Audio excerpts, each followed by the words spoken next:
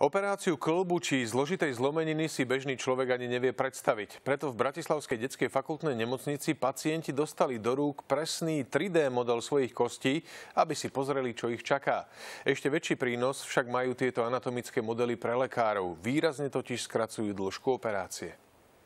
Takto vyzerá model, ktorý vyšiel z 3D tlačiarne a vďaka nemu vedia lekári pacientovi presne vysvetliť, čo a ako budú operovať. Pacienti si to veľmi oceňujú, že konečne viem, ako to vyzerá a konečne viem, čo mi tí doktori idú robiť. Tu sa robila korekcia pety u jedného mladého atléta. Obrovská výhoda je to ale aj pre lekárov. Z tejto tlačiarne na základe takýchto CT snímkov dokážu vytlačiť aj pri zložitých zlomeninách jednotlivé úlomky v reálnej veľkosti. Vďaka tomu si lekári aj tú najkomplikovanejšiu operáciu môžu urobiť na nečisto a do detailov sa pripraviť. Či už pri nádorových ochoreniach, či už pri zložitejších vývojových deformitách, kde by sme mali mať možnosť si dopredu naplánovať a aj vidieť, čo ideme na tej kosti robiť, ale aj naplánovať presne materiál, ktorým budeme fixovať. Dokážeme už reálne si zvoliť veľkosť skrutiek, napríklad akú to bude mať dĺžku, aký to bude mať sklon, čo skracuje samozrejme časť operácie, časť anestézy. Tu vidíte, ako sa tieto modely tlačia. Postupne sa na jednu vrstvu pridáva ďalšia a ďalšia.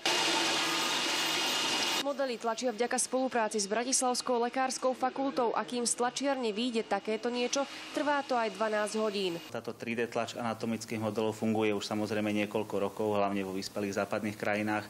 Na Slovensku je to novinka. 3D tlač anatomických modelov sa podľa lekárov využíva v zahraničí. Na Slovensku je ale novinkou, zatiaľ realizovanou sponzorsky či voľnočasovo. To vlastne len také kvázi naše hobby, niečo, čo by sme chceli priniesť nové do medicíny. A to je teda ten začiatok toho celého a perspektívne by sme chceli uvažovať aj o bioprinte, biomodeloch, čiže už by sa aj živé bunky perspektívne tlačili, ale to je zatiaľ vo hviezdach. Barbora Jánošová, televízia JOJ.